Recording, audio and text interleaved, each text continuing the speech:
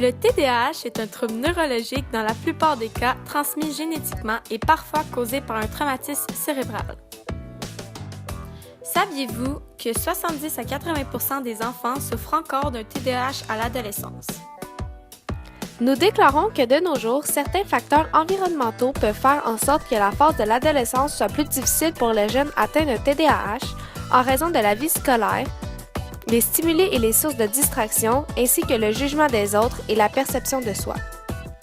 Selon le site TDAH Belgique, plusieurs recherches longitudinales démontrent que la période de l'adolescence est particulièrement difficile pour les élèves ayant un TDA avec ou sans hyperactivité.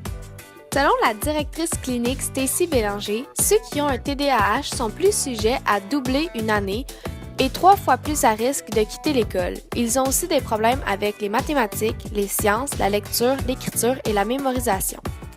Ceux-ci sont des facteurs qui rendent l'adolescence plus difficile. Qu'est-ce qui est plus difficile dans la transition au secondaire pour un adolescent ayant un TDAH? Parce qu'au secondaire, en plus, tu te retrouves avec plusieurs cours, plusieurs profs, tu as une gestion, tu as de l'organisation, de la planification. C'est plus de job, oui, au primaire. Tu es moins suivi étroitement.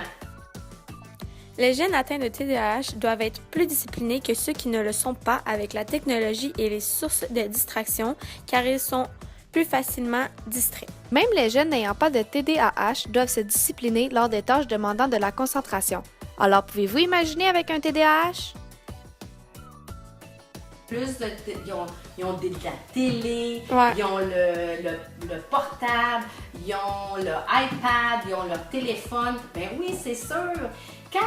C'est sûr que si tu as un travail à faire, puis il faut que tu te concentres sur une tâche, puis que ton téléphone cling parce que tu n'arrêtes pas, ben oui, ça favorise pas ta capacité à te centrer. Parce qu'à chaque fois, tu es détourné. C'est difficile pour toi de te remettre à la tâche quand tu as un problème d'attention. Ceux-ci sont des facteurs qui rendent l'adolescence plus difficile.